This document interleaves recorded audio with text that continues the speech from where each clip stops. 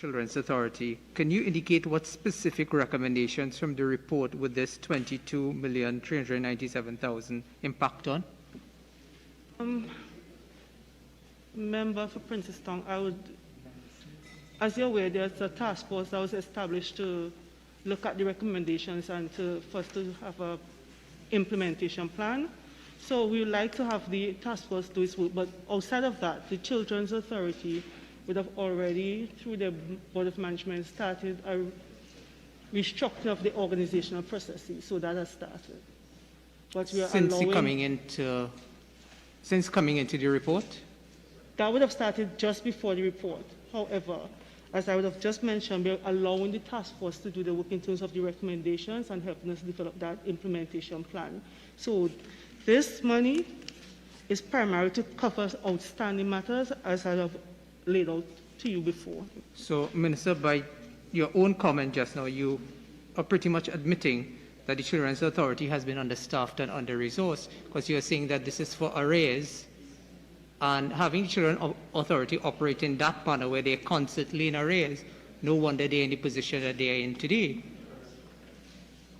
So pretty much is this an admission that once again we're seeing the understaffing and under-resourcing of the Children's Authority. With that, Madam, I have one additional question, which is, does this cover, or is there any intention by the Children's Authority through your office to have any alternative accommodation for children who are in these homes that are unlicensed and have been identified in the report as havens for rape, abuse, and murder?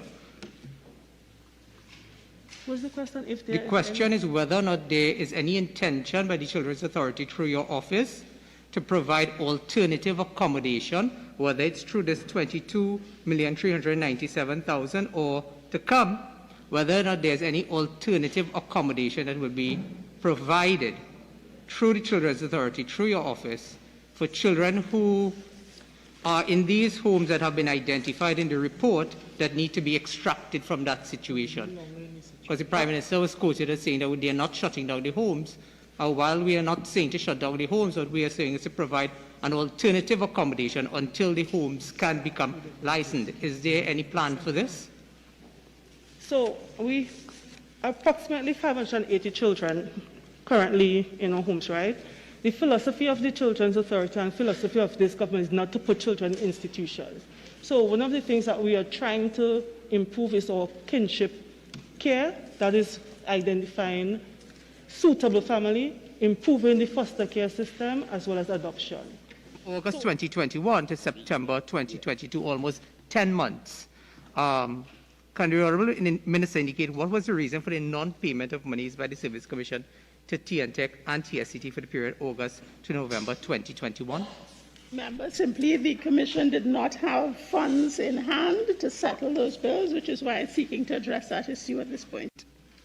Why is there a payment that is outstanding from April 2019 to November 2021? Is that a typographical error, or is this in fact true?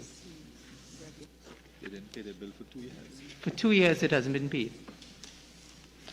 It's not a typo. TNTEC is owed $137,510.74. With respect to the same point of TNTEC, would the Minister agree that these massive debts that government has to TNTEC contributes in a big part to the fact that this company, TNTEC, is in the red? Good question. Very well. No. I'll tell you. Hi, this is Saddam Hussein, the MP for Barataria, San Juan. Right now we're here at the Wilshire Ground, Don Miguel Road in San Juan, where tomorrow we will be having our Eid Bazaar and Family Day in commemoration of International Day of Families. We start at 2 p.m. We're going to have a lot of fun tomorrow, a lot of food and a lot of festivities. So I hope to see you all here tomorrow, Sunday, 15th May, at the Wilshire Ground, Don Miguel Road, San Juan, for our grand Eid Bazaar and Family Day.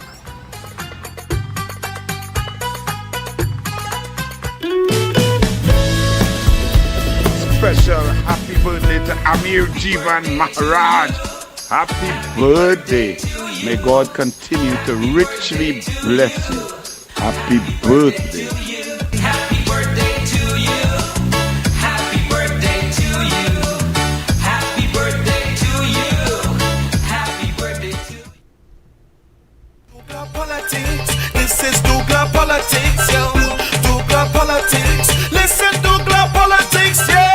douglAR politics. This is douglAR politics, yeah. douglAR politics. This is douglAR politics. douglAR politics. This is douglAR politics, yo. Good evening and welcome to douglAR Politics. Well, according to Stuart Smallpin, what he name? Young, we live in the good life. The good life.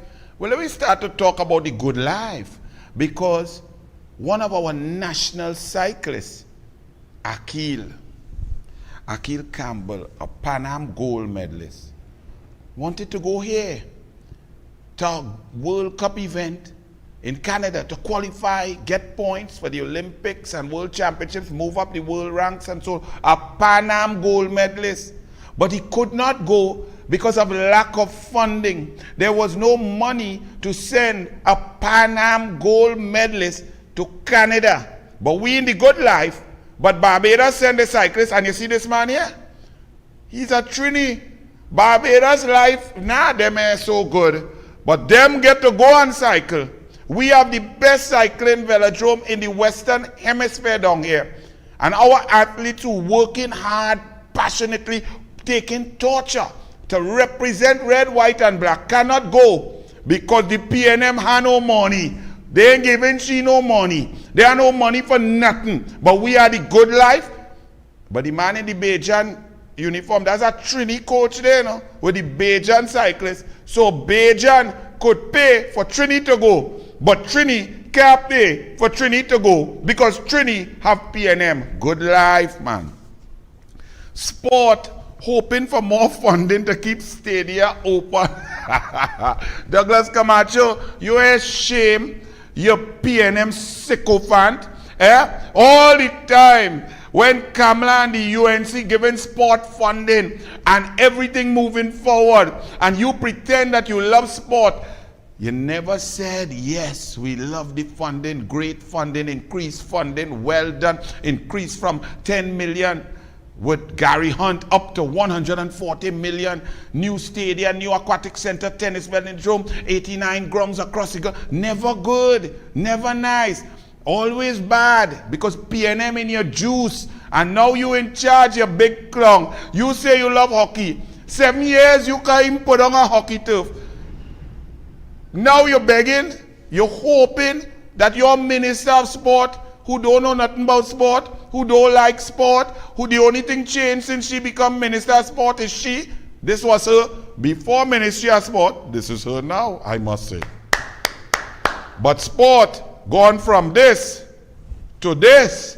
You understand? And you begging for money to keep stadia open when sport should be moving forward. Growth poles, diversifying the economy, sport tourism, elite sport, passionate sport. We should be up at the top of the world. But look who we have in charge. A big goat. Boy, all you're real good, yes? Hey, the good life. No money for school, maxi taxis again, but the life good. Maxi taxi. To take with children to school, the PNM can't pay them again for about the 4th year in a row. Talks between the Ministry of Education, Public Service Transportation, PTSC, and the Association of Maxi Taxi School Transport Concessionaires have broken down yet again. According to the President Rodney Ramlogan, the association met with both parties virtually last Friday and again in person at the Ministry of Education head office. But there was no relief for its members. The PNM cannot even pay maxi taxi drivers who have been taking our children safely to and from school. But it's a good life. And Trinidad is a good life. Well, let me read more good life. And Stuart Smallpin Young. Karapo Mandir desecrated. A Hindu temple, a place of worship, desecrated by miscreants. And not miscreants by mistake, miscreants who knew enough, who studied enough about the Hindu religion to know that Hindu people worship and revere the cow. So they don't eat beef, they don't kill cow, because they revere the animal. And people in Trinidad and Tobago that has become so divided by race because the Prime Minister, Keith Christopher Rowley, openly discriminates against Indian people, against UNC people, against Hindu people, with the open fire cremation. I told you all, the lockdown of rivers is disgusting geographical discrimination. And you are saying that's the good life when we have a Karapo Mandir desecrated. Let me ask you all something. That's a serious thing, right? Someone going inside, premeditatedly going and taking corned beef and cooking in a mandir. It's so disrespectful and disgusting. I cannot even say the words.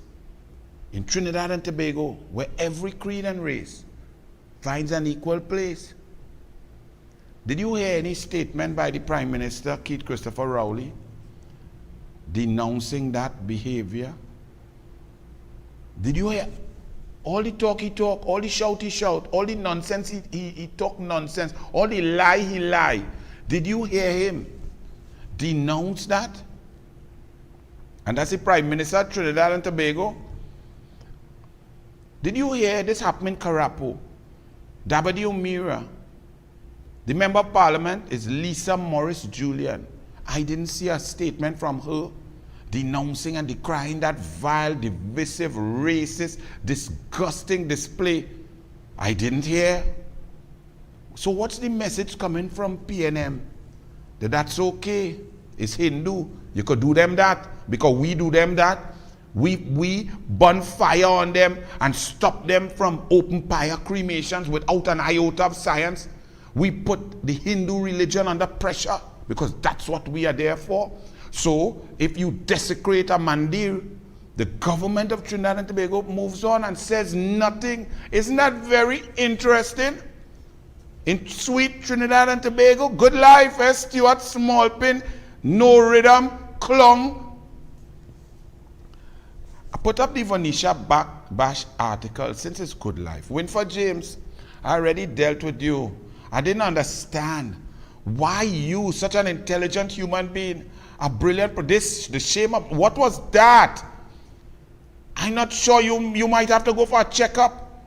But this lady, Vanisha Bash, wrote an article that dealt with you, that even your apology had racist overtones, undertones, and was purely ridiculous. Winford James, a shame.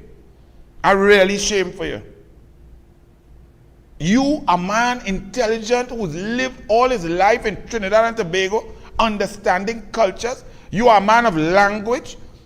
You are a man grammatically perfect. And you couldn't tell the difference between Sanskrit and a religion, Hinduism. But this lady put it succinctly, right? Their editor, this was his apology, right? To unreservedly apologize and so on. But even in the apology, it came off worse. The apology made it worse. But anyway, that is a good life of Trinidad and Tobago.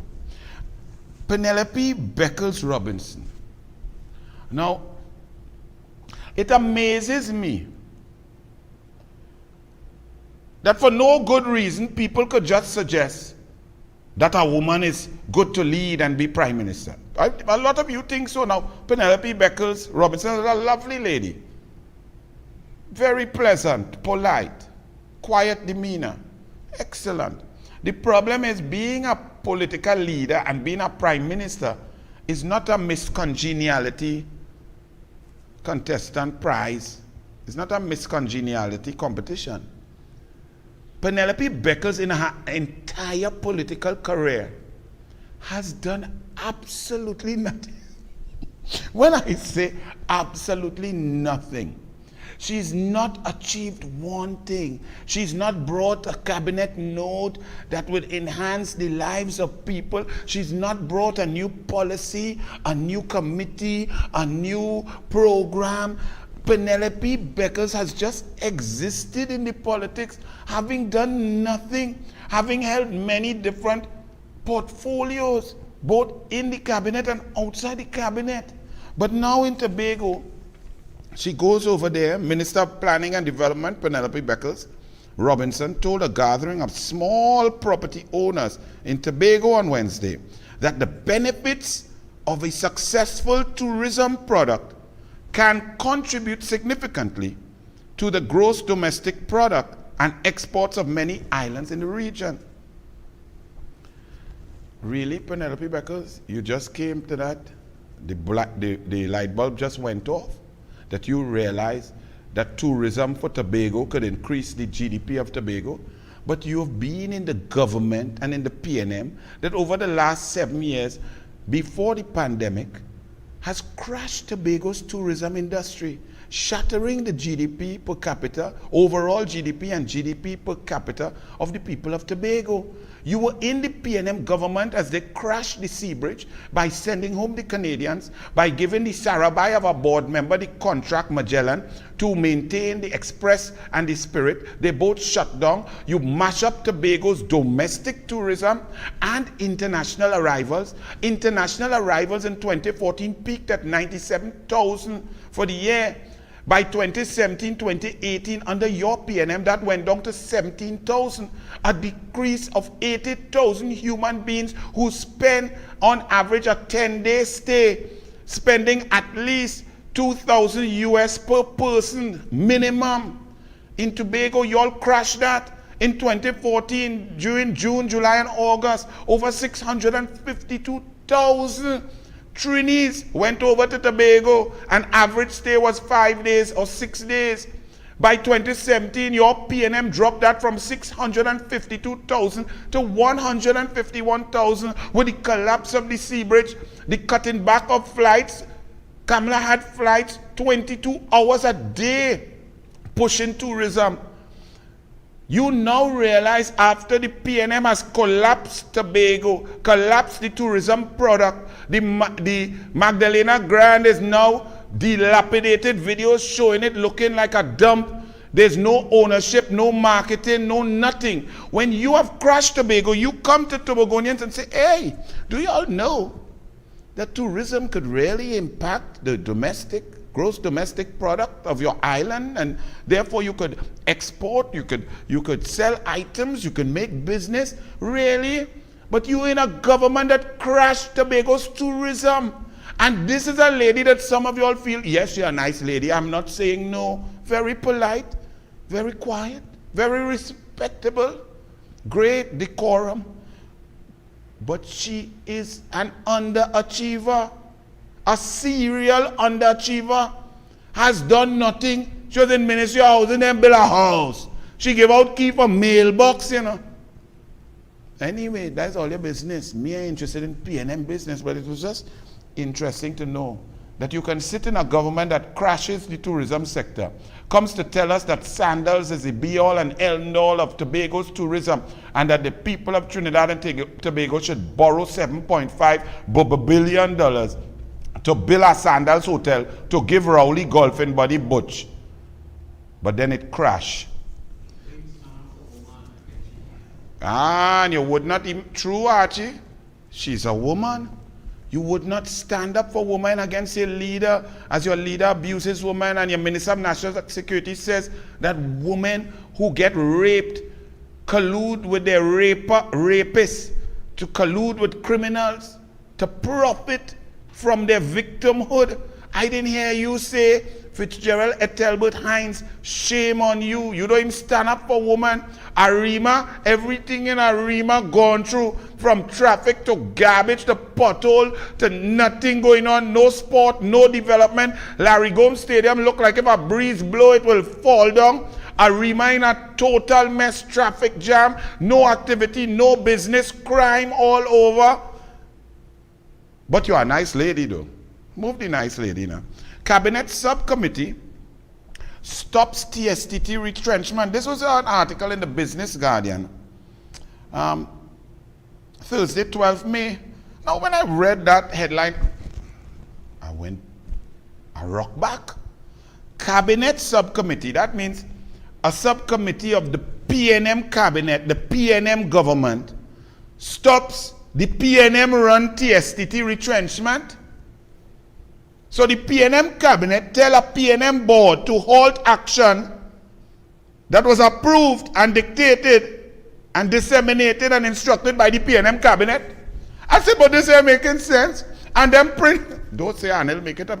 Express print that, that the government, pretending like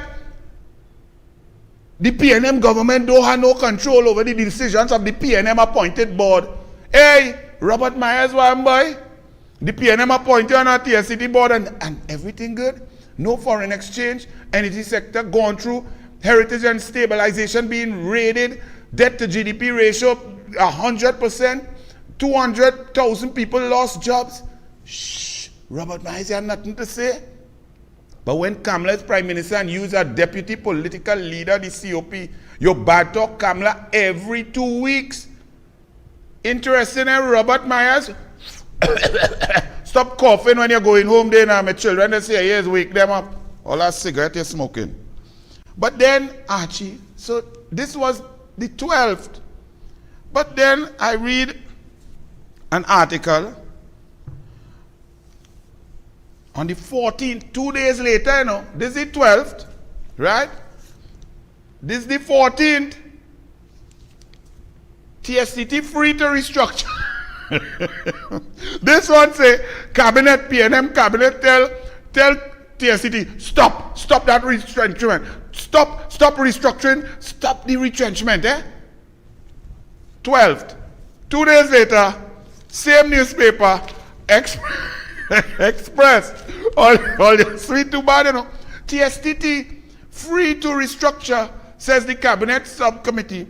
The cabinet subcommittee on majority state-owned TSTT says the company is free to proceed with its restructuring exercise as it deems fit, while the committee completes its deliberations. At the material time, says Camille Robinson Regis, at the material time, the committee was not aware of or nor part of TSTT operations and the details of its implementation of its restructuring plans. In fact, Robinson Regis said the government's position on TSTT's proposed restructuring exercise has always been that the matter of restructuring, including its shape, timing, and form, is a matter solely for the company and not for the government. Really? The government, the major shareholder, the government that sets up the board, the government that directs the policy, the government is in charge of the policy for TSTT and implements it through the board. Now, all of a sudden, when TSTT is going to fire hundreds of workers, the PNM says, nah, we have nothing to do with that, have nothing to do with we.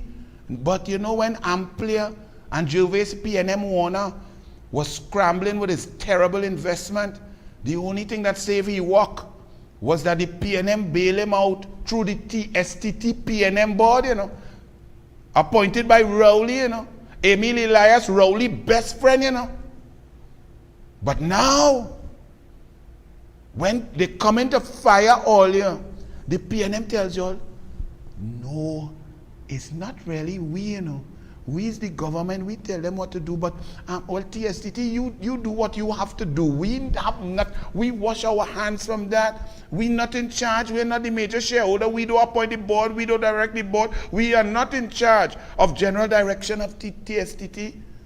Interesting. And the Express prints that and gives you to read it. And y'all don't understand what is going on in this country, why the country is such a mess, and Rowley could actually get votes. The CMO says the ministry will have to decide. Chief Medical Officer Roshan Parasram says the Ministry of Health will have to decide. On what say you? You're wondering, Anil, on what? Listen to this. The Ministry of Health will have to make a decision on whether it is still feasible to use taxpayers' dollars to purchase antiviral drugs to treat very ill COVID-19 patients, given the trajectory of the pandemic. The CMO is saying the PNM government that has overseen your deaths, 3,900 and some nearly 4,000 deaths. Tim Gopi Singh said it was criminally negligent that they weren't even buying the correct medicine to save your family life. This chief medical officer who was given an award, right, by the PNM and by the PNM Express, Man of the Year, is saying it is up to the government to decide if it is worthwhile to buy medicine to save your life. You all feel this joke I'm making? Wade Mark asked for an update on the acquisition of oral antiviral drugs to treat very sick COVID patients, referring to the drug Paxlovid, produced by Pfizer, and Molnupiravir, produced by Merck, which has a generic version in India. Mark said from his research, one could buy 50 capsules of the generic pill for $50 US. So $1 US per pill to save your life. No, I don't mean to laugh, but it is so disgusting. I don't even understand how they even get one vote. The PNM should not even vote for the PNM. Y'all are listening to this? Parasam said, Trinidad and Tobago had been in talks with Pfizer for quite a few months. This is while y'all dying, you know. While you're dying, pandemic, panic, shutdown, economic devastation, state of emergency, and so on. This man is saying, that Pfizer has a pill that could save your life, some medicine. And listen to the language. Does this sound urgent to you? Parasam said Trinidad and Tobago had been in talks with Pfizer for quite a few months since late 2021. And that the country was looking at getting, looking at getting Paxlovid through two streams. A joint CARICOM initiative in which it was working together with other CARICOM member states, and bilateral via talks with Pfizer. With respect to the other drug, Parasam said the country was in talks with the particular company, Merck, to see how soon that drug could be acquired. They are aware of the number of capsules we require. They just need to give us feedback as to how soon they can deliver those medications to us and the final cost. And then we can move forward with those negotiations. All of that going on, and all your mother, father, granny, auntie dying, and he and the PNM, they're talking and discussing and checking to see months now and months, and people 2 more dead, 3 more dead, 4,000 dead, and they're talking. Politics is a very serious thing. This man has no shame to say that. They only Hansard, all you go and read it for yourself, you know. Don't take my word for it. Legal victory, multi-million-dollar payout for Ashton Ford and others. Legal victory, says the Express. Kamala says, Office of the AG failed to defend the state. Former People's National Movement General Secretary Ashton Ford and other party members are set to receive multi-million-dollar payouts because the Office of the Attorney General failed to defend the state in the court, says opposition leader Kamala Prasad Bisesa. Right? Speaking at the UNC Monday night virtual, Prasad Bisesa accused former Attorney General Faris Al-Rawi of misbehavior in public office and dereliction of duty for failing to provide submissions in the matter. Prasad Bisesa said on the eve, and she went through to list it and so on. Let me just break it down for you all. As you all know, as a government comes in, government personnel change, different policy and so on. That's the norm, that's the politics, that's the convention. So if you are in foreign affairs and you are stationed abroad and so on, once a government changes, you know that you are to automatically resign. It's not these PNM, they just try to hold and so on. And if you're not, you'll be recalled and replaced by someone who believes in the foreign policy of the new government. As occurred when the PNM came in September 7, 2015, all the UNC people and so on, partnership people who are outside had to resign or come out and were replaced by people who believe in the Maduro principle, the Delcy Gate principle, the Paria fuel, the kind of conga line dancing, the relationship with Iran and Russia. The People's Partnership Government, we were not on that. Our foreign policy was trade, increase foreign direct investment, stay close to the United States of America for help in crime fighting and border protection, Canada for our markets, for our labor force, to get jobs, people, the European Union. That was our foreign policy. The PNM is Russia, Equatorial Guinea, Iran, and Venezuela. So you understand, you can't stay. So Ashton Ford and two other big PNM, they sued the government because them find them should have stayed, right? Very weak position because the convention historically, both sides it shows, right? So a very weak case with them. But the government changed, and Faris Al-Rawi, the Attorney General, aka Johnny Sukaran, took back the brief from whichever lawyer had it fighting the case and did not award the brief, according to Kamla Prasad Bisesa, to another firm. And therefore no defense was put in. So PNM Attorney General, PNM Cabinet, PNM Prime Minister does not put in a defense against a claim from the PNM General Secretary and the PNM Ashton Ford and the PNM. And therefore the PNM get millions of dollars from you, the taxpayer. That sound right? Does that sound right? Yeah man, that's Trinidad and Tobago. But that part of the good life. AG and opposition clash over legal fees. Opposition leader Kamla Prasad Bisesa asked about the increase in appropriation for the payment of rental, lease, and office accommodation and storage with respect to the industrial court, and who was the owner of the property. Reginald Armour, the new Attorney General, said he did not have the information. You did not have the information? Asked by Prasad Bisesa to provide an undertaking to do so later on, before the debate on Monday, Armour said he did not want to give an undertaking that he could not keep, and he will make inquiries.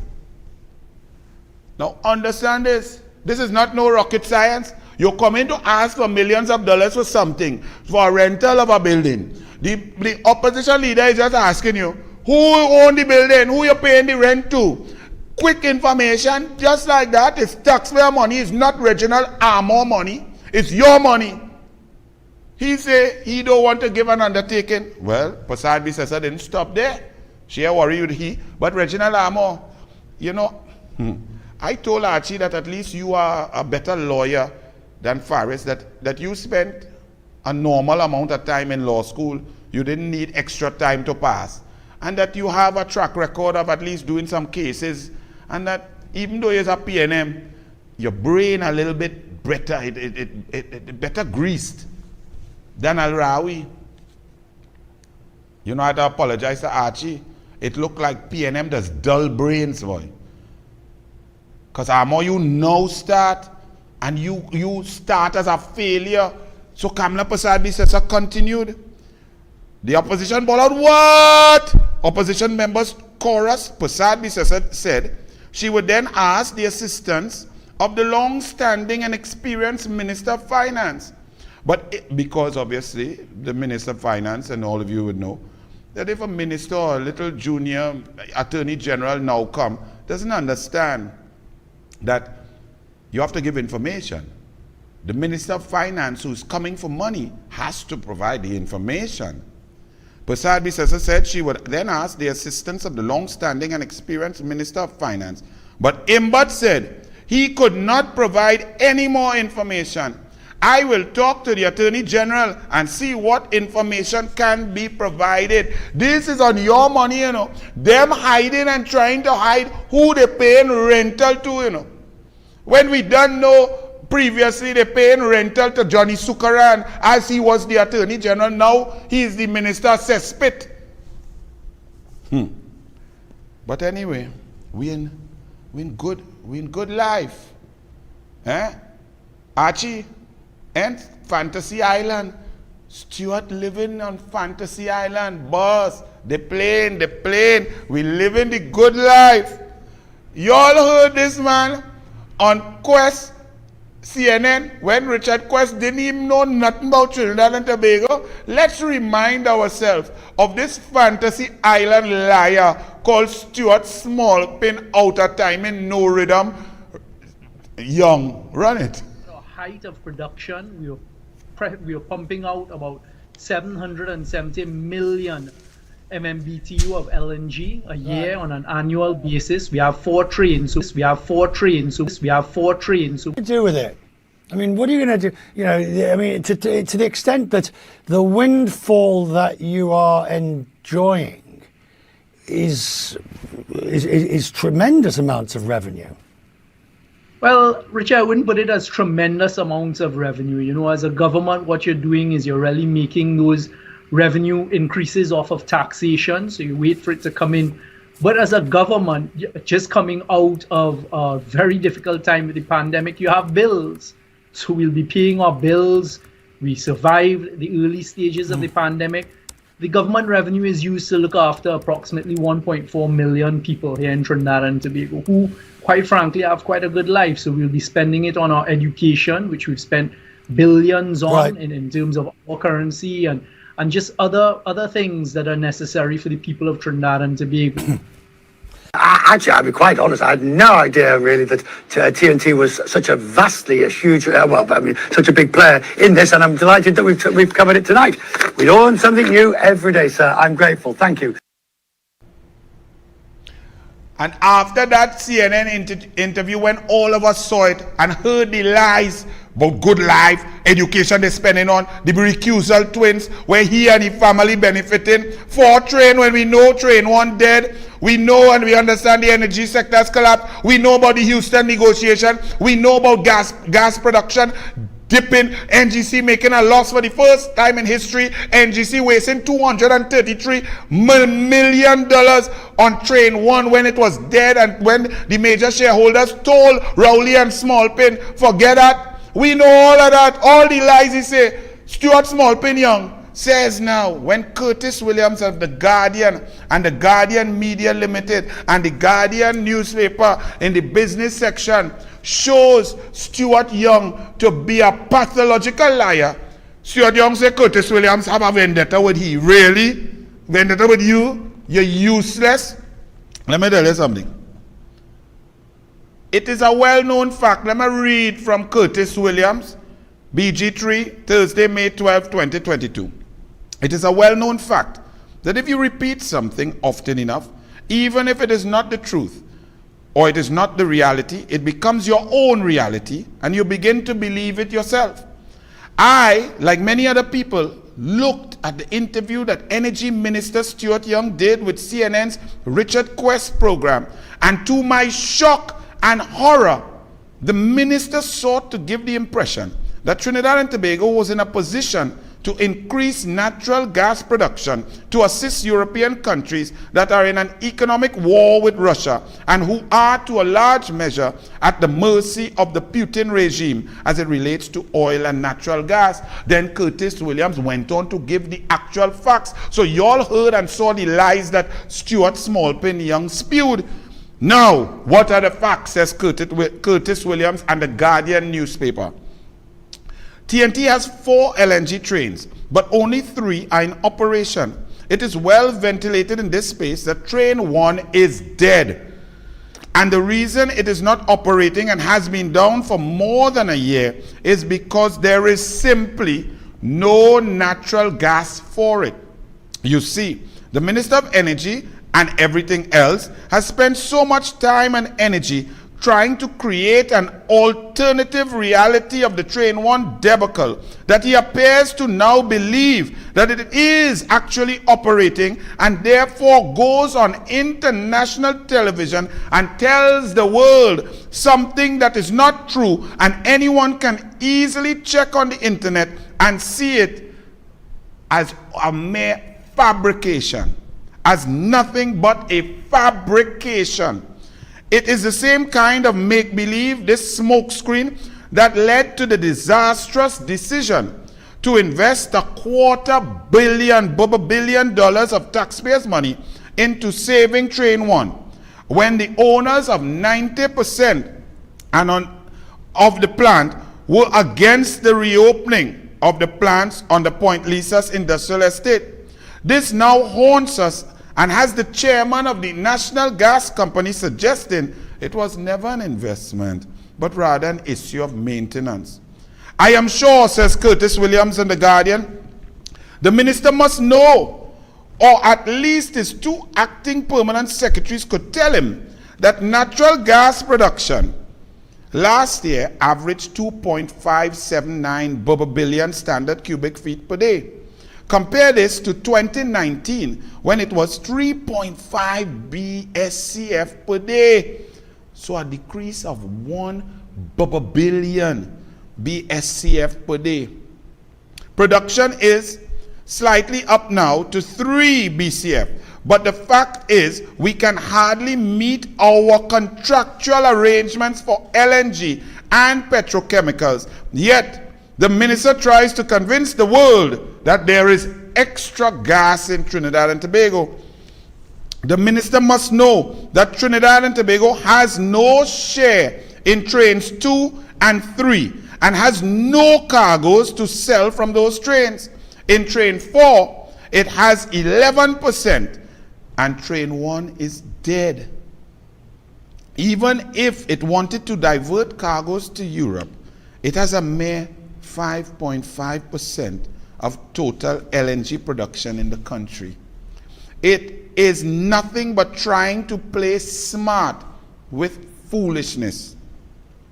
Many politicians see it as a way of being economic with the truth and getting away with it, even in the face of facts. There must be truth, and Minister Young must know we must speak the truth. The children depend on us and deserve no less. Curtis Williams, Guardian newspaper.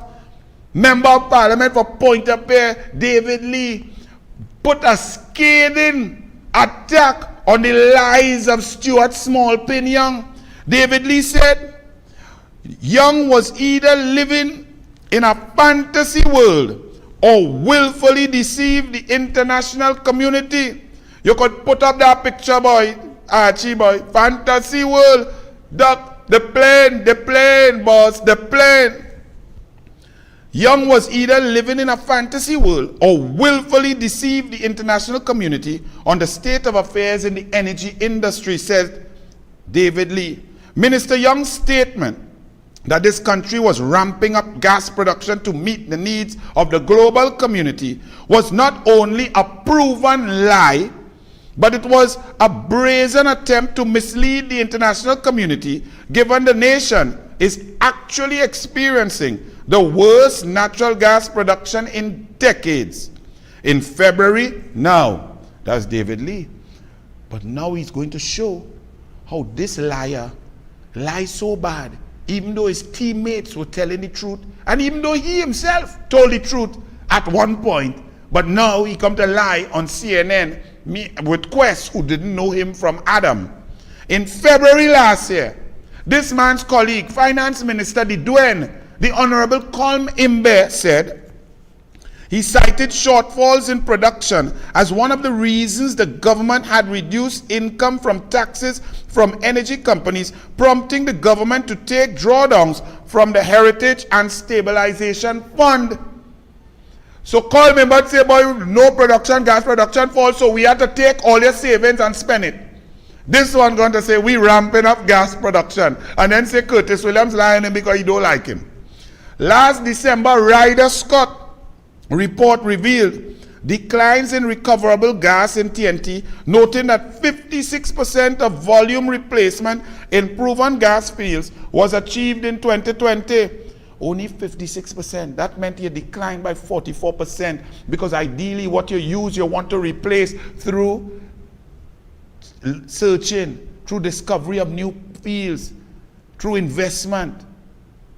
Even Young, during a virtual present, so Young tell himself that himself tell the truth, but then he lie on himself. Even Young, during a virtual presentation of the audit, said there was a decline in proven reserves from 10.7 trillion cubic feet in 2019 to 10.2 BCF in 2020. David Lee continued, this government doesn't even have gas for the national economy. It is even more shameful that Minister Young wants to boast about LNG production when this nation suffered a 48.6% drop in LNG production in the third quarter of 2021. And this man gone on quest CNN to lie.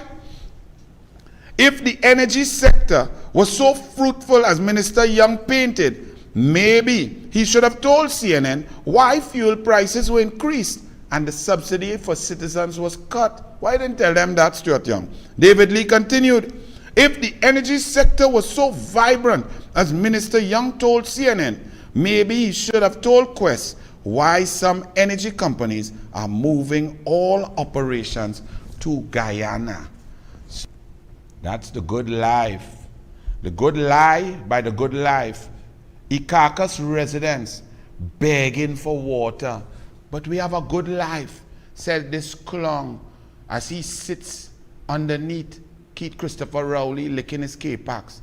And his brother's company, the company that he's the CEO, moves from zero public sector work in September 2015 to over $4 billion in public sector work from the government that his brother is the super K-Pack slicking minister in. And his father gets $15 million at the IFC, and Ewart Williams resign and quiet.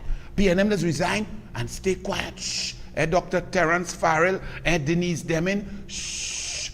Helen Drayton, shh. Just resign and leave the country to collapse. Brilliant. Well done. Y'all are real patriotic to the PNM. That's why Trinidad and Tobago is in a mess. And all of you right-thinking people have to unite and get them out. Ikakas residents, we want water now. We shouldn't have to be begging for water all over the country. Then also in the good life, the Ministry of Social Development launches a suicide hotline. The life so good, people want to leave the life. That's what you all voted for. This is the nonsense. And then the PNM would not fund the existing hotline. Them had to go and try to get a new hotline because they want to control every dollar that is spent. Because the PNM is the most corrupt government in the history of the Caribbean.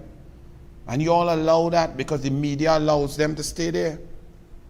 You have a video on the Good Life segment? Archie? All right, run that, man. Good Life. The government revenue is used to look after approximately 1.4 million people here in Trinidad and Tobago who, quite frankly, have quite a good life. Good life, you say?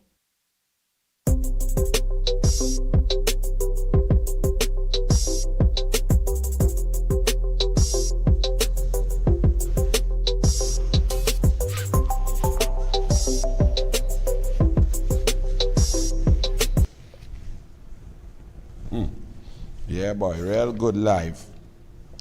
So small pin, since the life so good, since you so good, since you is a super minister, since the people love you so much, since you have all the resources, since you have all the reporters, all the girl them writing article for you in the mass media, here what we going and do, Stuart Young?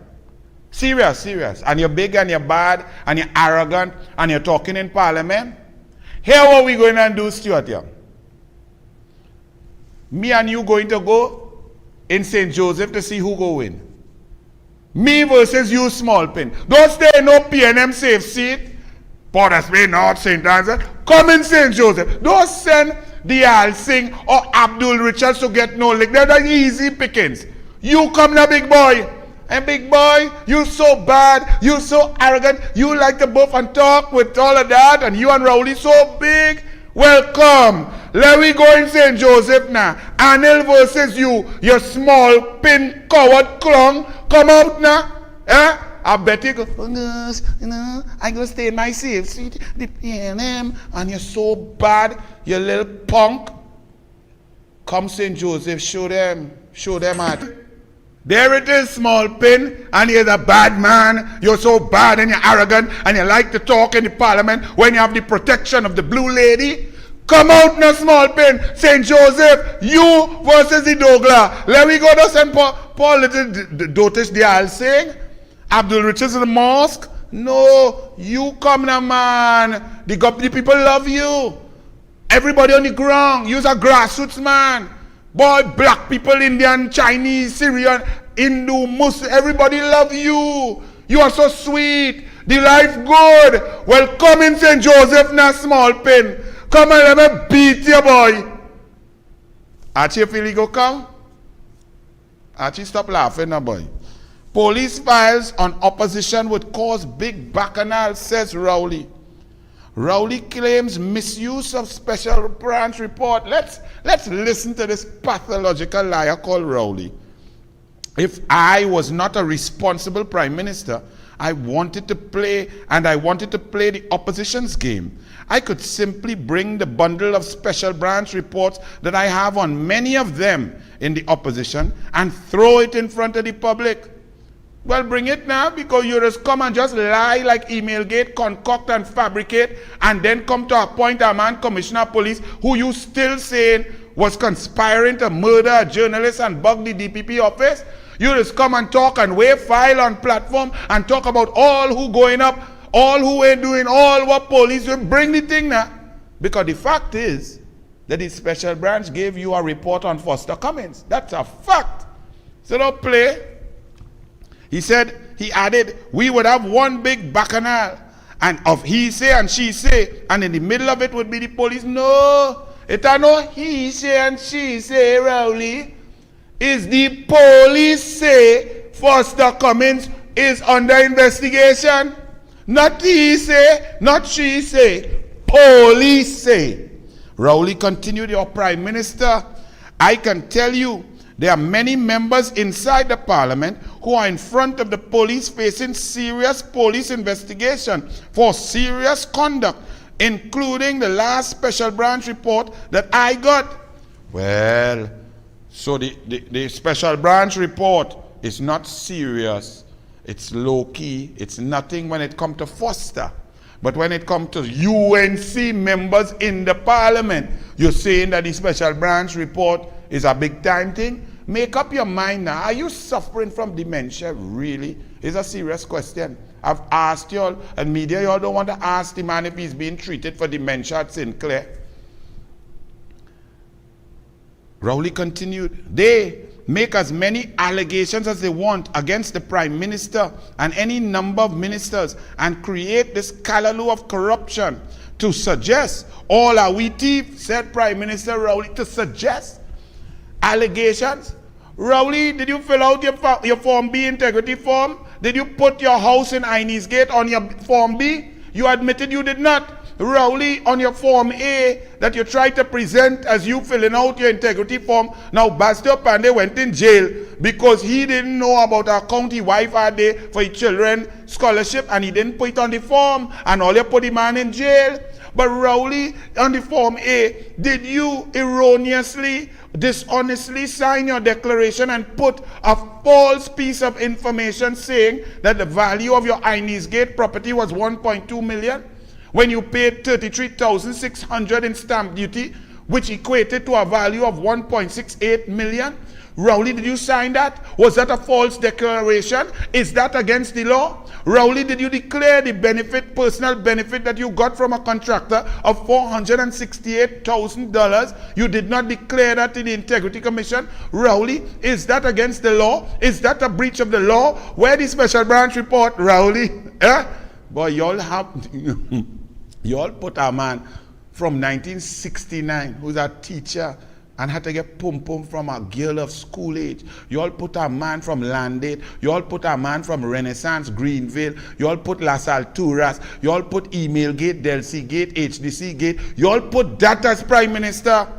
And some of y'all trying to defend it. And you can't defend it. All you could do is say, Anel, your mouth big on your bald head. All right, it's true. Prime Minister, no proof of wrongdoing by Cummings. Really? The Prime Minister said there was no proof to support opposition allegations. First of all, you pathological liar, the opposition made no allegation.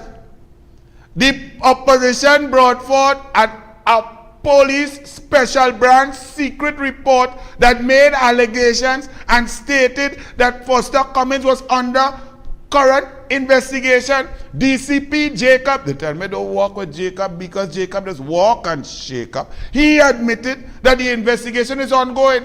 So it's not no allegation by the opposition. And Rowley, he said, while Dr. Rowley said he was not making a defense for Cummings, he said as Prime Minister, he must first ascertain the quality of the information in the report.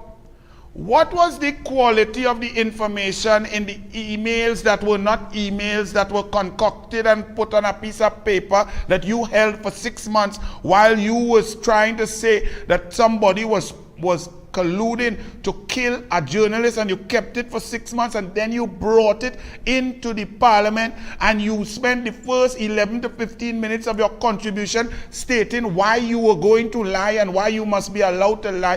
What was the quality of that information? Keith Christopher, pathological, disgusting, lying Rowley. What it was? Rowley continued. He said special branch reports were graded and should be taken with some condiments or some salt. So he throws the entire special branch of the police under the bus because Rowley needs to keep his Foster. The police, special branch, But on top of that, when you come unprepared as a Prime Minister to a press conference, you make yourself look exactly as you are, dotish. Run it, Archie. Traffic branch deals with traffic. Special branch deals with special.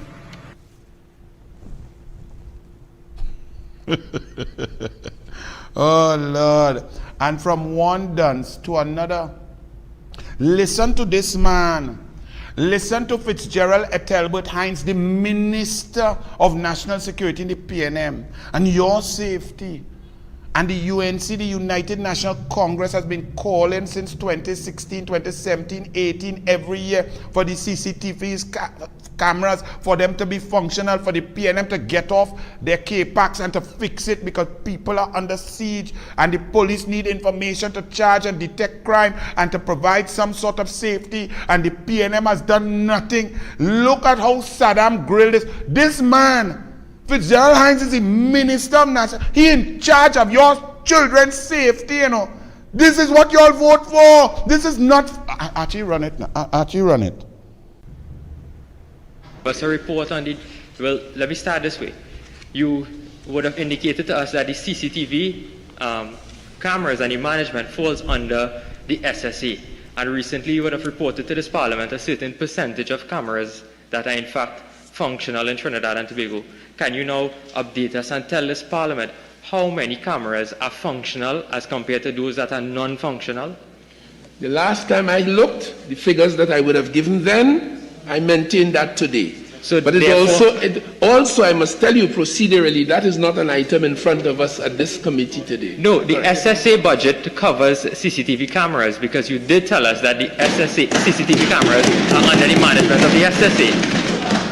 And the information I gave you on the last occasion obtains as far as I'm aware today. Yeah, so basically you're saying, Minister, that there was no work done whatsoever with the CCTV camera infrastructure in Trinidad and Tobago after every single day we have seen gruesome murders in this country. And you are telling this Parliament that no CCTV, not one single CCTV camera was repaired? Not a single camera? And now you're coming to ask for $66 million additional? Madam Chair, I couldn't tell you where the member for Barataria Sanwa got that, how he arrived at that conclusion. Can't understand it. Minister, what I want to find out also is that you're asking this Parliament to now approve an additional $66 million to the SSA. Can you explain why the SSA has not filed annual reports since 2018, 2019, 2020 and 2021 to explain the expenditure of the SSA? But Member for Barataria Sanwan, you very well know that that is not allowed under the exercise that we're doing. And Minister, okay, so 1 minute. If you want to make statements, fine, but those are not questions. Sure. Okay? What I want to also ask the Minister, Madam Chair, is whether or not any of the $66 million will go towards the purchase, acquisition, and management of spyware devices in Trinidad and Tobago.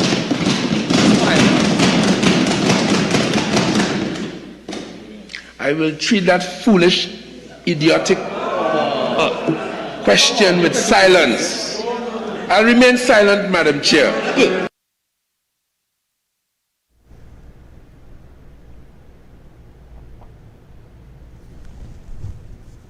That's the Minister of National Security, who has not had a stellar career since primary school in academia, who's not the brightest bulb in the shop. But that's what goes on in the Parliament of Trinidad and Tobago. That complete idiot. And the arrogance as you face down the barrel of guns held by gun-toting bandits when crime is at the highest and the worst levels in the history of Trinidad and Tobago, that's who you have to put your hope on, because you voted for the PNM. You see, elections have consequences. Not funny. It's not funny. They have not put up a CCTV camera. Rowley went to look at his friend and them cow down in a repo. But when 3 or 4 different citizens' female bodies were dumped, their carcasses, their bodies were dumped, and they were treated like animals by vicious predators and dumped in a repo, Rowley didn't pass the check. He didn't drive up to walk around. He didn't check to instruct the Minister of National Security to put floodlights up there, to put CCTV cameras to keep our women safe and to catch murderers, rapists, and killers. He didn't go there. He went to check his brethren cow. I ask you, Keith Christopher Rowley, please show the payments you made and who did you make those payments to for your exclusive elite sheep farm and all the animals you have in Tobago. Who did you buy them from? Did you pay the person? Please show the country the bills, where you got it from, how you got it, and where you got it, Keith Christopher Rowley. As you go into a specific farm in a repo to pretend you're watching cow. That farm, was it given to someone by the government of Trinidad and Tobago? That land that was given to someone, who was given to some? Do you have a relationship with that person, Keith Christopher Rowley? The land that was given, is it also Bluestone Quarry? And does that person have any need whatsoever for Bluestone Quarry in their normal business? Keith Rowley, you going to put up on Facebook like you like farmer? What farmer you like? You like your friend and them? Not a CCTV camera put up in the last however many years. And the Minister of National Security could not answer and instead tries to attack Saddam Hussein.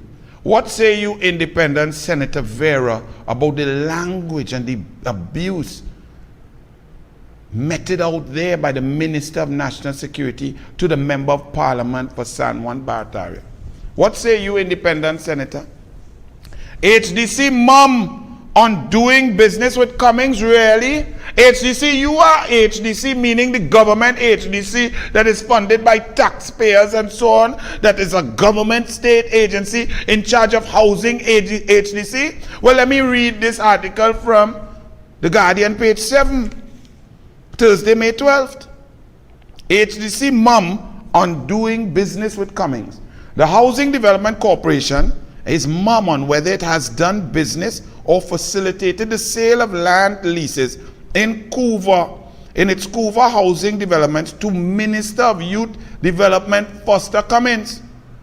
Guardian Media obtained a copy of the deed for the property, which shows Cummings purchased it from a woman who has been granted a 199-year lease from the HDC. The sale includes the lease provisions.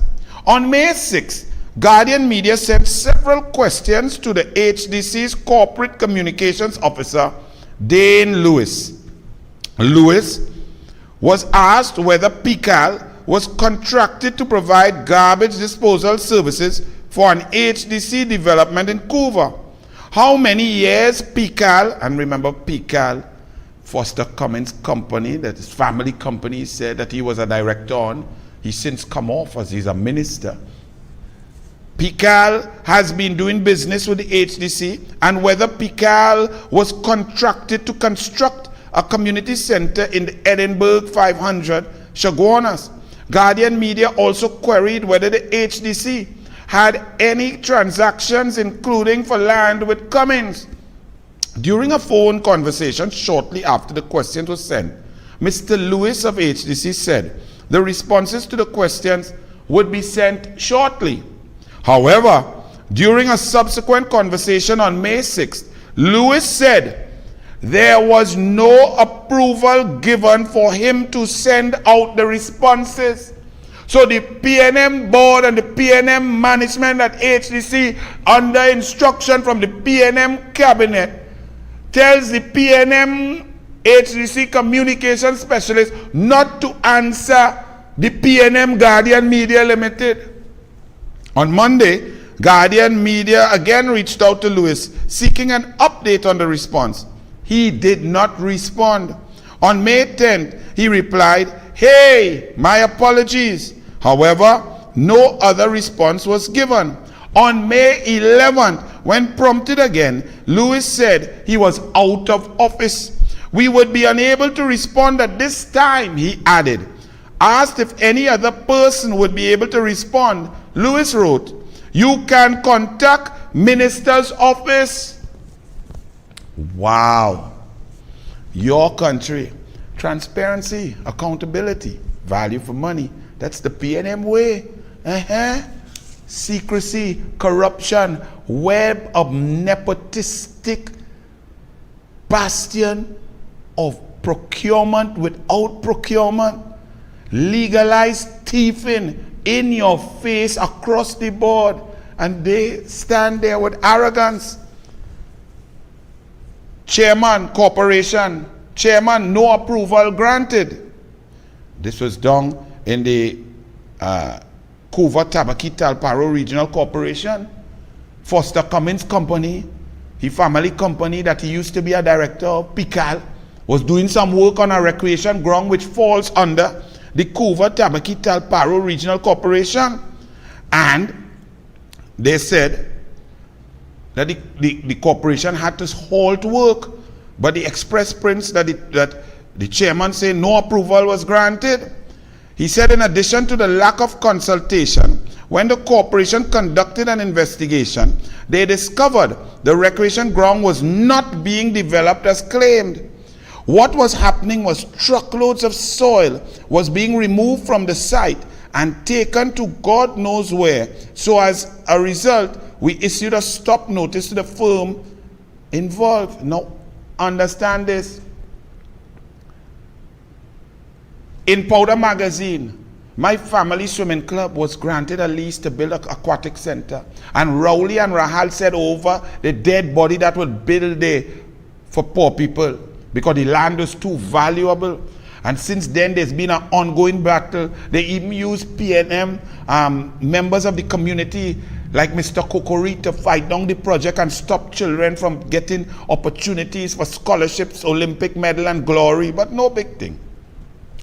However, on many occasions when we tried to start building the pool, now if you're building a pool, you have to dig out a hole, not so? And it's a big hole, a 50 meter by 25 meter hole.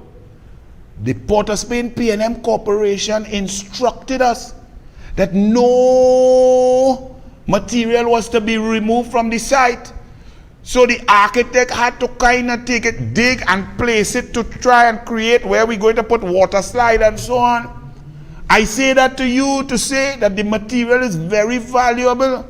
And what they did there, the same corporation, for 24 hours a day for about 3 months, took material from there by Ramdean, some in St. James, and their company trucks were coming in and out because we are observing over the years, and they took the fill and dump it down in Invaders Bay. Now we see that down there at Indian Walk Recreation Ground, Pical Services, the corporation is saying, was removing valuable soil without permission from the corporation. And so the corporation had to say, stop. You know, the Express and the newspapers trying to say, let me read what they're saying, you know, leave the chairman there. Because well done, chairman. And don't you know that Pical is, it's Foster Cummins. Foster Cummins, you're grabbing dirt too? What wrong with you, boy, Foster Cummins?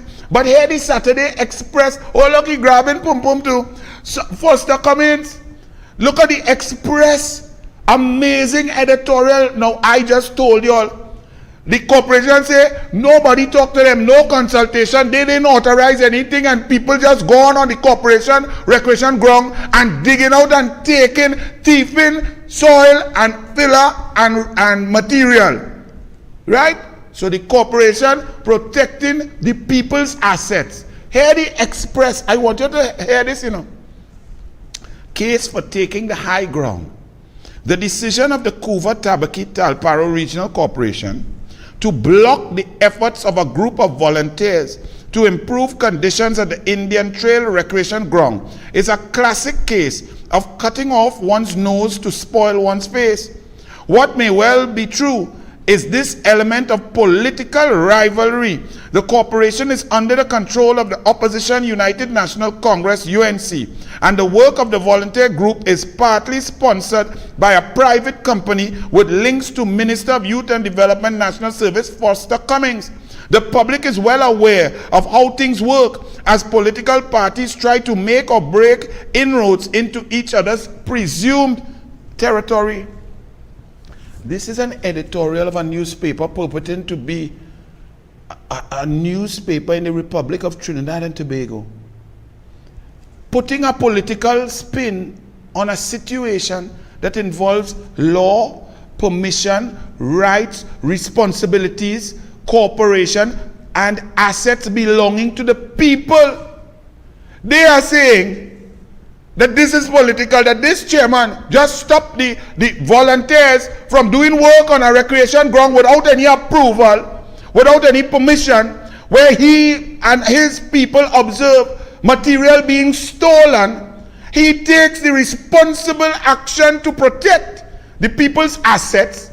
The Express chooses to ignore the fact that permission was not granted, approvals of work were not sought, there was no communication or consultation with the regional corporation who is in charge of the people's assets and maintaining it. This is not a parlor that people can just go. Suppose a group without permission goes and destroys a recreation ground. The man who will be responsible is this man and his corporation. But yet the Express takes the asinine position that the PNM, that this corporation should let the PNM company or whoever doing what they want, just let them do as is. So there are no rules, no laws, no procedures, no permission, no approvals necessary. That's your position. So anybody in this country could just say, I could just go and say, well, hey, I have a group, me and Archie, douglAR Politics, let we go Mandela Park and let we sort it out. Don't get no permission from the Port of Spain Corporation. Just put backhoe and thing, start to dig, plant grass, build drain, build anything we want, because we could just do that. Is that your responsible position? Express, you all have gone totally insane. I don't know if a newspaper could take a blue tablet, but Express, you need one. Furthermore, Express, you just missed the entire point.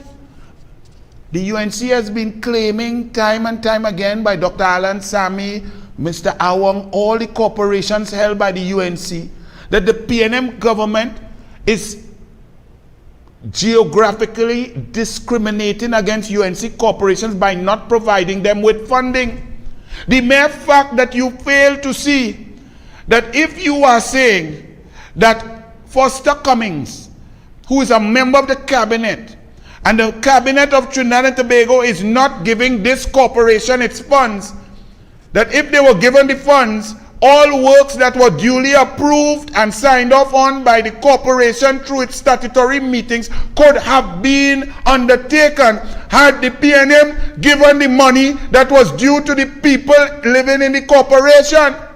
They failed to give the money. The PNM come with a PNM company and doing what they want without permission, without rules, breaking the law, and the Express says, the UNC wrong. Oh Lord, Express, listen, actually throw that nonsense away from me. Criminologist says TNT heading for the highest murder rate in history. As TNT crossed the 200 murder mark, we reached 205 in less than 5 months. The coordinator of criminology unit at the University of the West Indies, Dr. Randy C. Prasad, says this country is poised to record the highest rates of homicide in recent history. If you extrapolate those numbers for the entire year, it will work up to 557 murders, which would put us ahead of the highest record, which is 547 murders in 2008. Professor, unfortunately, you're wrong. 558 was 2008. That's Martin Joseph. So if you extrapolate 557, Fitzgerald at Talbot Hines will finish second by 1 murder, okay, to Martin Joseph of the PNM.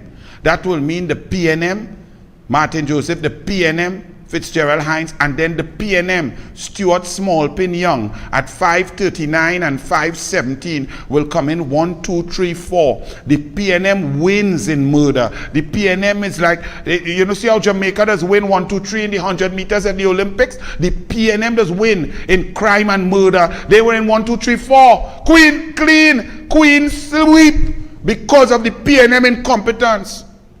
He explained that the economic hardship which resulted from the pandemic, coupled with job losses, have contributed to the murder spike. What does that mean? The failure of the PNM to manage the pandemic, the ridiculous states of emergency, the lockdowns which provided no respite. Over 4,000 people still died. Every variant known to man came to Trinidad and Tobago and ravaged us. We had the highest death rate in the world at the ICU and the HDU.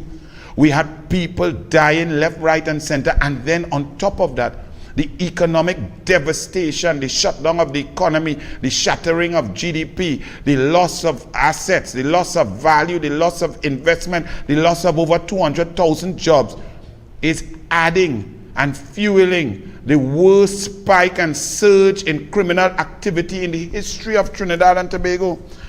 But the Prime Minister, Keith Rowley, comes to tell you, treat crime as a public health issue. Same crime was now unusually horrendous. It's now unusually horrendous. You are unusually horrendous, heartless, disgusting, and pathological, Keith Christopher Rowley.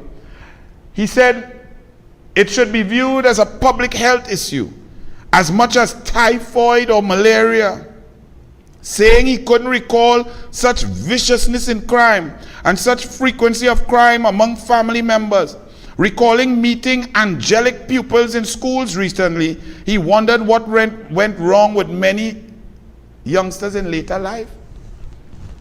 What went wrong since September 7, 2015? Is that you stop the investment in education that Kamla Prasad Bisesa was doing through Tim Gopi Singh Fazal Karim, Kamla Prasad Bisesa, and the investment in sport culture opportunities with David Lee at MIC and NESC centers, the youth camps, the youth development, the sport development, the culture. You starve the entire country of hope and funding. We are seeing our children fighting in videos, girls beating girls, knife stabbing, kicking, stamping, nearly paralyzing children, battery fighting boys and boys, and you are now saying that you are shocked because you are on a golf course and you saw some angelic children who are 30 children. Fantastic. I'm so happy. You all understand that this man is the prime minister and has no clue what is going on in this country. When we're talking about crime, a female amputee was killed in Diego Martin. Did you all hear what I said? Sutherland, an amputee, was found dead in a bedroom in an apartment. She was found just after 9 a.m. lying on the ground in a pool of blood with a cloth covering her head. Police found a rock on the ground near her body. There was a wound to her head. So this cowardly ignoramus took a stone and bust the head of a lady who's also an amputee, who could not dodge, who would not be able to maneuver as fast as a full able-bodied person. What sort of cowards are we creating in this country? We are a country of cowards. Bullies are cowards. Rowley is a bully, and Rowley is a coward.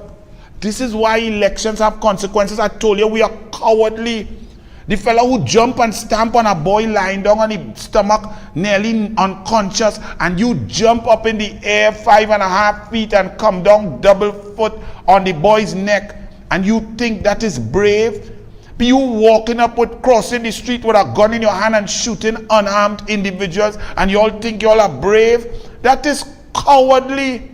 Because your prime minister, you all don't understand what leadership does. When you look at other countries that are succeeding, it's their leaders. Japan, Germany, Angela Merkel over the last 15 years. New Zealand, Australia. Strong leaders creating and moving the economy forward, creating a culture of respect, honor, merit. We have no merit because Rowley don't believe in merit. We are violent because Rowley is a bully and tries to threaten people about come outside and shit kickers. And now we are cowardly. You kill a woman who's an amputee, she has one leg, and you take a stone to beat she, to bust her head. They're the police. We helped. Now women just getting killed across the board, beaten and battered. Why is that, I wonder? When you have a prime minister who's a misogynist, who says that women are like golf courses and a man have to groom them, who says when it comes to domestic violence, what you want the prime minister to do, I am not in your choice of man, I am not in your bedroom. A man who stands up at a sports day and does not tell members of his party to stop that disgraceful skit where big strong black man dressed up in gorilla suit and raping and pulling the yellow sari off a woman. He applauds that and laughs. And then you wonder why men are following their leader. A man who any woman in the cabinet had to drop drawers to stay there in the cabinet for him. A man who horned his own ministers with their wives. A man who does not even claim his outside children. A man who at 72 still disrespecting the wife that he have, their bright, intelligent, beautiful lady. But Lord, you real patient girl, you real good. I will give you, when the UNC win, I'll recommend the Order of Merit of the Republic of Trinidad and Tobago for you, Mrs. Rowley. No joke. You real good. We helped Trishana when reports were made, said the police. A senior police officer at the station said backlash from the public was unfortunate, especially since their area had the lowest crime rates and the highest detection rate. Really? That's the point? That is totally irrelevant. That is a separate point. You have high detection rate and good for you. And compared to where? Because the police failing across the board. But that's not the issue. We're dealing with a specific issue.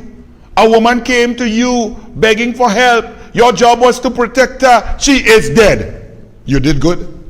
Really? Explain that to the dog. I don't understand. Officer ASP Sheridan Hill confirmed that 2 reports had been lodged by Mohammed, 24 of Labre Village, Guaguari, on May 6th and 7th at the Mayaro police station. And on both occasions, the police responded. You responded? But she dead.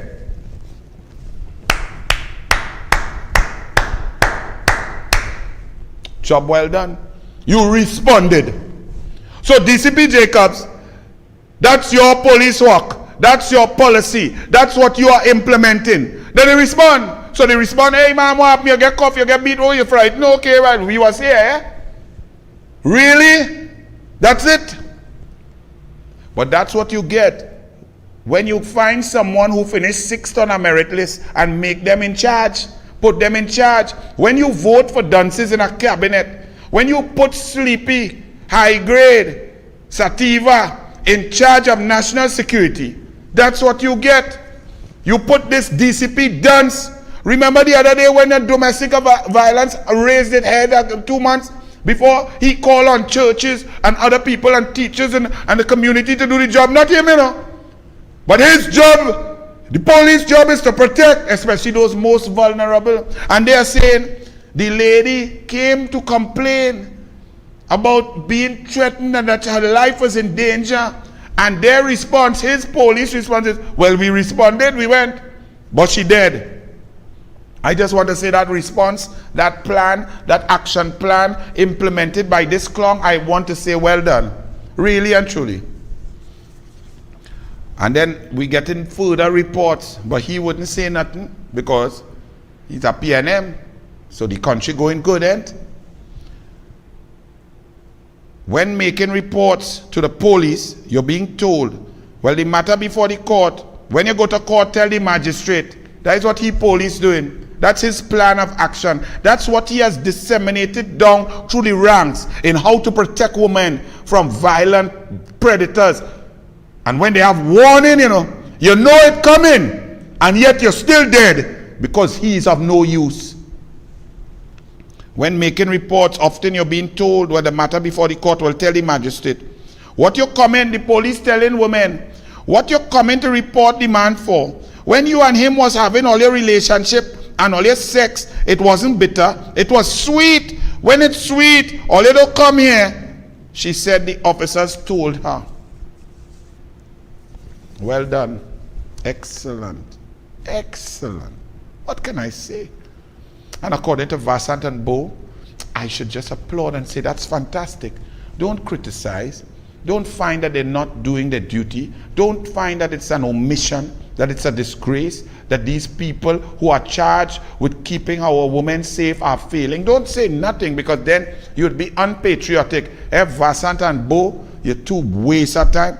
Here the Prime Minister, a task force. Wait. I had some video there. Archie. Yeah, man.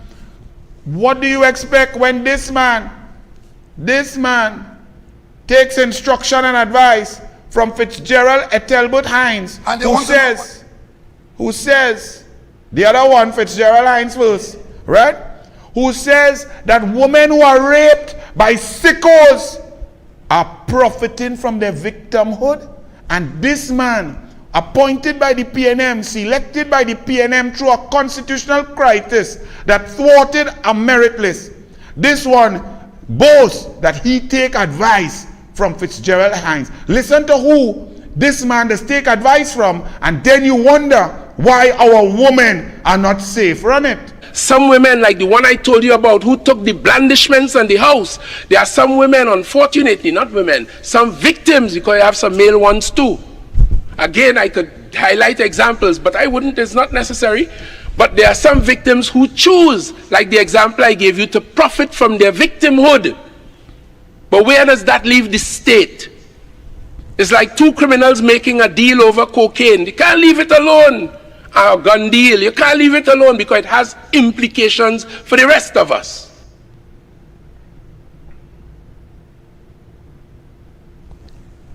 And this one takes advice from that one, and both of them, and look at this. DCP Jacobs, you find this is a good look? What you all want to do, hold hands? You all so close? Huh, DCP Jacobs? This is very good. You're the acting commissioner of police for who? The whole of Trinidad and Tobago? Or for the PNM? Huh, sir? And you know this one? Who's liming with that one, holding hands with that one? You know who they are appointed by? This clown. Run it.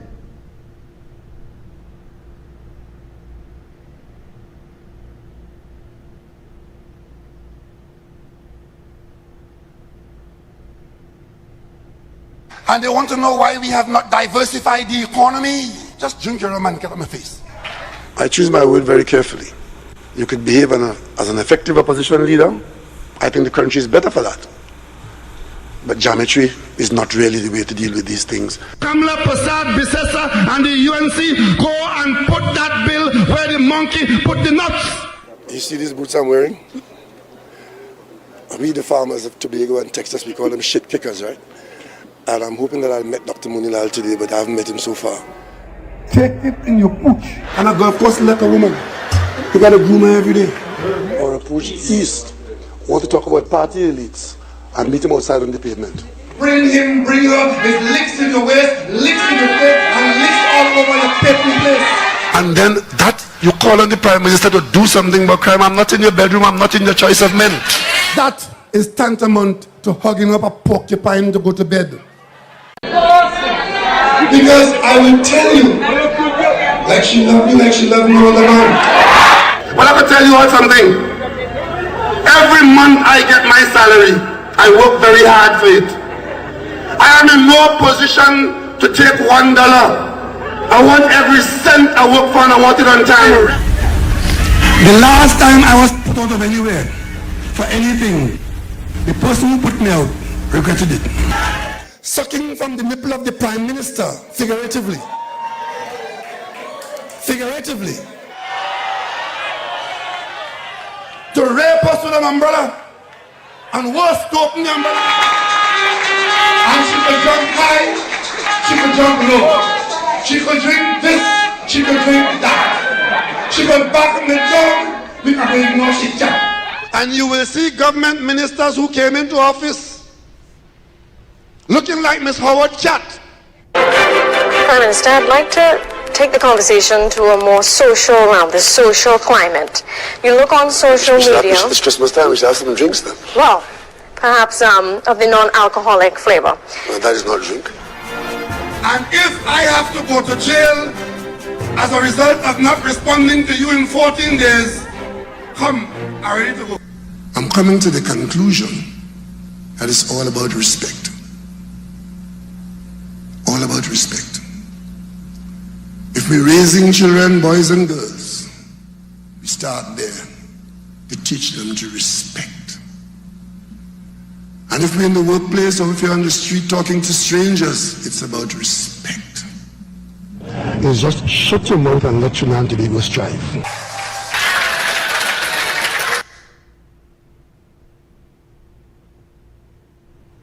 And that man is in charge.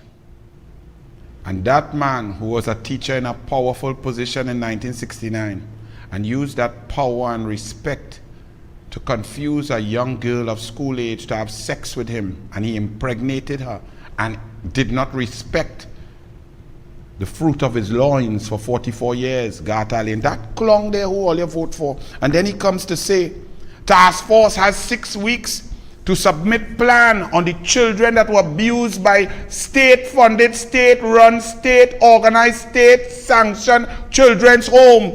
Death, rape, battery, beating, burning, kicking. And Rowley says, who abuses a child in care? Well, a teacher who misuses his power position to get pum-pum. That's who. But let's see who you think. The Prime Minister expressed his revulsion at individuals who perpetrated abuses on children in care. Did you look in the mirror? You big head, bald head Oreo? Who abuses an unfortunate child who finds himself or herself as a ward of the state in a home funded by the state, funded by the taxpayer, and all you could find to do is abuse that child? Who is that? But you in charge, you funded, and it has been going on, and it's still going on, and you've done nothing. He said it was far more expensive to look after a child in the care system than to help a needy family. What sort of nonsense? What are you talking about? If you are able to say that, Rowley continued, then clearly that is a matter for the police. If any individual has so exposed him or herself to be identified in that way, whether it is a security guard or a cook or a butler or a caretaker, if you have done anything where there is evidence that you have done that to a child, I expect that the police will be dealing with that. Do you all realize he did not even read the report? Because the report was detailed on detailed accusations, people, security guards, what they were doing. The report was expansive, extensive, and detailed. This man did not even read the report. And this man is the head of the National Security Council. And this man did not even ensure that people were removed and police was in there and people get charged. This report is 6 months old. The commission, the task force took 5.5 months to produce the report. The report began from allegations over 15 months ago. And this clown Prime Minister did not even read the report. But then, it's very interesting that Stuart Young goes in the parliament yesterday and says, when Princetown MP Barry Padarat sought to find out just how many children, well, before that, Stuart Young, now Rowley, who didn't read the report, say, well, yes, but if that is there, and I don't know, but then the police will have to do something. So he didn't read it, and he didn't instruct the police, and he didn't give it to the police to act since December 13, 2021. But Stuart Young said, so to try and create a narrative or paint a picture or even a suggestion that these children are being left there in harm's way is simply not so. Because Young said on the receipt of any report, not only the Justice Judith Jones report, the child being in a position where he or she may be in danger, immediately the responsible people in the Children's Authority will move in and deal with the situation. Young lied, because Barry Padarat asked him, when Princetown MP Barry Padarat sought to find out just how many children were removed from the trouble homes, his question was denied by the chairman of the committee, Bridget Anisette George, on the grounds that it did not qualify as part of the work of the SFC. Well, Stuart Young, Rowley said no police action yet. If he was talking about if that was so, and if you are saying, further than all reports from Ayanna Webster Roy and so on, you are saying in the parliament yesterday that children have been removed from the dangerous situation. Which children? Where were they moved to? Where are they? Who was moved? Which security guard? And why the police didn't charge them if they were moved? And you said so. You see, they just come in the parliament and lie. Because the Express editorial comes out now and agrees with everything Kamala Persad-Bissessar said. Friday 13th May, get the children to safety now. No, Dr. Rowley, there is nothing serious and responsible about a government knowingly keeping children in dangerous situations for 5 months plus while it deals with problems at the Children's Authority that it has failed to address and solve in over 6.5 years. At his news conference yesterday, Prime Minister Keith Rowley gave a timeline of what his government has been doing since December 13. It took the 11-member committee 5 months. While the government has essentially, says the Express, been moving the report from one desk to another, The children identified by the report as victims of physical and sexual abuse have continued to remain in the same unsafe and substandard conditions described in the report. But Stuart Young come yesterday and tried to say in the parliament, on the receipt of any report, you see, he tried to put any report, people talking about a 307-page Judith Jones report. He said the child being in a position where he or she may be in danger, immediately the responsible people, so he throwing it on the Children's Authority, will move in and deal. Did they move in? Who did they move in? Which children were moved out? Out of the 307-page report, where are they? Are they in a safe condition? Where, under whose management? Where they are? Because the Express talks the truth and says and continues to leave the children in the same unsafe and substandard conditions described in the report. What does Dr. Rowley and Miss Webster Roy think is happening to those children who took the risk of sharing their secrets with members of the Justice Jones Committee? From the minute this report landed in his hands, the government should have initiated an emergency process for getting them removed to places of safety. It is not as if TNT does not have the accommodation. Express, you now agreeing with Kamala, you now agreeing with Anil, you now agreeing with the United National Congress, but you wouldn't say so?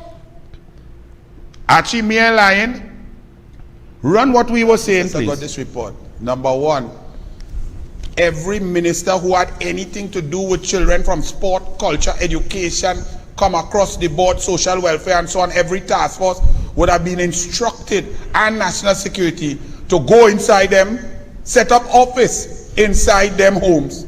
National security, police and army would have been put inside of it. TSTT would have been told to set up cameras inside of it. First and foremost, they would have increased the amount of lighting there. Everybody, police would have raided inside there and started to take statements within an hour as soon as she read the report. And then she would have then instructed bam, bam, bam, changes to be made. Because it's children. So while you set up a next task force, as I speak in here, another child is getting cough in the mouth. Also, Kamala said the same thing, run it, Archie. And so yet the Prime Minister and Webster Roy did nothing. They sat on this horrendous, scandalous report relating to our children. For months. Now, they want to make it public now with nothing to be done. But we need justice for those two boys who were found murdered. We need justice. We demand justice for the abused children. We demand justice and we want answers. What kind of society are we turning into when we just turn a blind eye to the murder of children? Well, I think Anil he gave us the answers where it came from. Despite the fact the report was complete in December, as I say, they held on to it, and so we can only conclude, this lady now wants to come and cry crocodile tears. She's in tears. I don't want tears, madam. I want justice for the children who have been abused. We want action. So stay home and cry and let somebody do the job who can do the job. Just go. This is scandalous, and it's a dereliction of duty because we are dealing with the most vulnerable in our country. We are talking about our children. So, madam, stay home and cry, I repeat, and get somebody who could do the job. Just go, and all of you should just go. All should go. They should go. So Express, since you agree with the UNC, why you didn't say all must go? You have no shame, Express. Dereliction of duty of the highest order, children. But look who all you put in charge. Heinz, someone offered me a $78,000 US watch. I chased them out. Oh yes, Heinz. Heinz, how you get the house up in Marvel? When you bought it? How you got to pay for it? How much you're working for? Heinz, you chased somebody. Somebody came to bribe you, Heinz. When were you a full minister? You only now get a Kobo sweat. Oh, you mean they recently came? When did they come to bribe you with a 78,000 US watch and you chase them out. National Security Minister Fitzgerald Hines said yesterday he had to chase someone out of his office who offered him a US $78,000 watch. How you know the watch was $78,000? You know where it was purchased. You saw the certificate of authenticity. How you know the man didn't come and give you a watch that he buy on the pavement on Charlotte Street? How you know? You did an evaluation, you took it by a jeweler, you took it by a pawn shop to get it evaluated. How you know it was 78,000 US? You had such an in-depth discussion with this briber, this man who came to break the law, to bribe a public official. This is a very serious thing. What's the man's name, Fitzgerald et Albert Hines? Where did you report it? Which police station? Where's the receipt on the report that you made of someone attempting to bribe a government minister? A very serious crime, because Fitzgerald et Albert Hines, if what you're saying is true and you fail to report, then you are also guilty, Fitzgerald et Albert Hines. So you chase the man? Really? You get bribed? Really, Fitzgerald? Serious? But police, DCP Jacobs, when you are getting your advice from him, you know you like to get his advice and his ideas. Get his advice on why he didn't report the person who tried to bribe him. And then check the laws and see if an omission to report is a crime in Trinidad and Tobago. To check that while you're getting his advice, okay? And then ask him for his advice on whether you should charge he, okay? Now, I must say, when I see a classic, I must give Jack the jacket and Jim the gym boots, Archie. Philip Alexander, Philip Alexander put up this.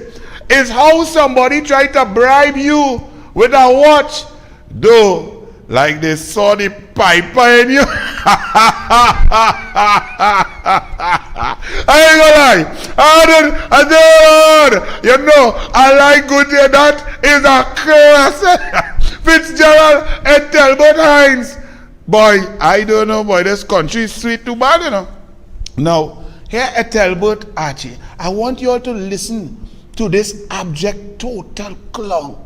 He is now trying to say that you, when you play, those who don't want to pay property tax, that all you're trying to fuel crime, because payment of property tax will bring you safety in the crime.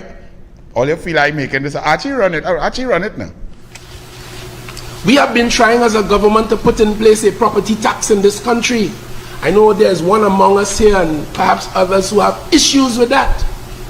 But one of the advantages of a property tax is that it allows those citizens who own property, whether it's building, commercial or residential, whether it is equipment and machinery on which property tax should be paid according to the law that is already in place, is that it gives them as citizens a chance in this democracy to participate in the running of the society and to contribute a fair share of their earnings to buy boat and plane and gun and boots and to equip the police with the training that they need to fight the same crime on behalf of all of us.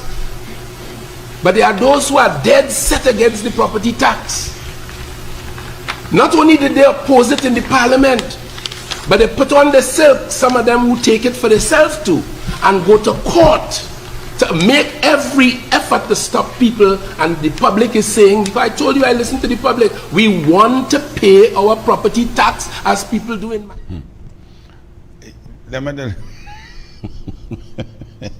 And he really making a good argument there. But on top of that, the DCP Duns comes to say 134 gangs account for most of Trinidad and Tobago's daily crime. Really? DCP chosen by the PNM in 2022? Let me make sure. Charlene Rampasad, Guardian, Acting Police Commissioner McDonald Jacobs says this country has 134 criminal gangs whose activities account for most of the crimes and citizens face on a daily basis. Jacob made this disclosure at the launch of the Gang Reduction Community Empowerment, the program, right, In revealing some of the difficulties facing the police to try and solve gang-related crimes, Jacob said the police have an idea just how many gangs are operating. There are an estimated 134 gangs with segments in different parts of Trinidad and Tobago. In fact, there are 6 main gangs, and I tend not to mention these gangs to carry the names of the best. He said the police have also been monitoring. This is fantastic, DCP Jacob. You have all this information, and yet you have solved nothing. You've done nothing. But DCP Jacobs, this PNM saying that long time, run it, Archie. The Trinidad and Tobago Police Service and intelligence agencies confirm that the gang members are known by name, by street address, by location, by affiliation, by connection, by operation. And I ask, and I will take my seat for the answer to the Attorney General. If this Parliament today agrees with you and with your plea for this legislation to return, because the police, as you've indicated, have given and furnished you with the names, addresses, numbers of gangs and gang leaders, and I'm sure with your consultation, as responsible as you are, would have inquired whether they had the quality and the evidence that is justificable to prosecute them tomorrow. I put that question and I asked the Attorney General if he could tell us that to give me some comfort. Honourable Member, and I think you've hit the nail on the head. The answer to that, in short, is yes. So the short answer is yes, and I assure you, you can be comforted. 2017, the short answer is yes. Not one conviction. Archie, the battery, camera, come and plug it in. Yeah, it blinking. Move, Archie, move like Usain Bolt. Yes, that man say yes, they will be arrested and charged immediately as soon as all you say yes to anti-gang, blah, blah, blah, attack the UNC. Not one. And then this clown now, the PNM one come out now and say that 134 gangs and all of them, they know all the name, they address everything. But so they're killing all over the place and nothing going on. But one thing we know, Archie, watch me policeman. Police real well managed under this. When you intercept some criminal activity and so on, you call for a pickup, you have equipment and evidence gathering and so on, you crime scene, you tape it off, you measure your number, the sort of things, you get it into the police station and you log it into a safe, secure area, log in, sign in books. Yes, man, this is efficient police service. Not so in Trinidad and Tobago 2022. Watch police under toe jam. Run it.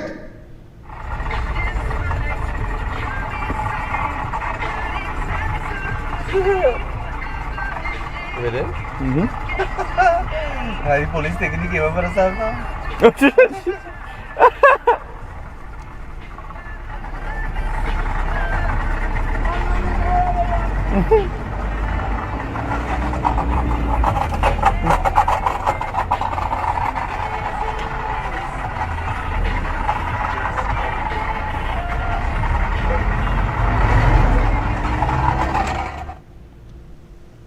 Need I say more?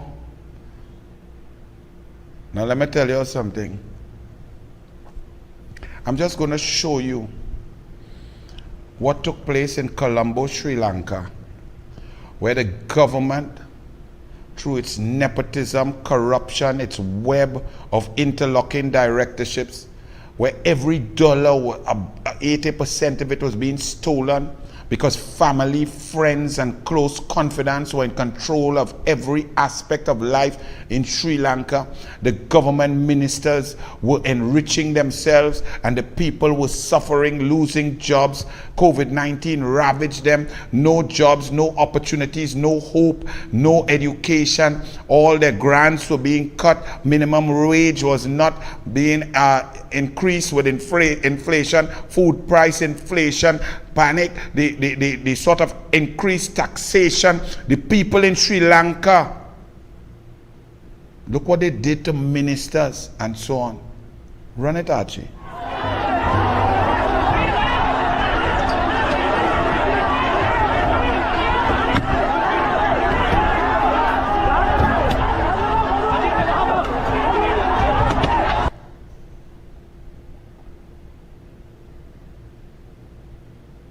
And we have a prime minister who's studying the leader of the opposition, who has a prime minister outperform him in every aspect: care, heart, passion, unity, creativity, brilliance, infrastructure, job creation, economy.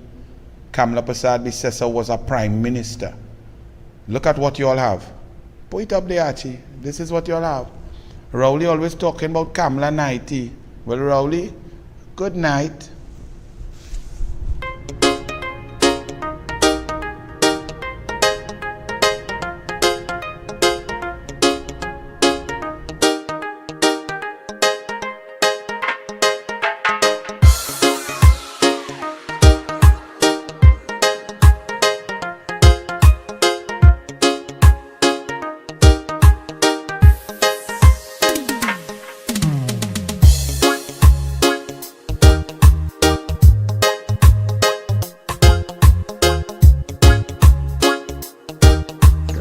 Hi, this is Saddam Hussein, the MP for Barataria, San Juan. Right now we're here at the wheelchair ground, Don Miguel Road in San Juan, where tomorrow we will be having our Eid Bazaar and Family Day in commemoration of International Day of Families. We start at 2 p.m. We're going to have a lot of fun tomorrow, a lot of food and a lot of festivities. So I hope to see you all here tomorrow, Sunday, 15th May, at the wheelchair ground, Don Miguel Road, San Juan, for our grand Eid Bazaar and Family Day.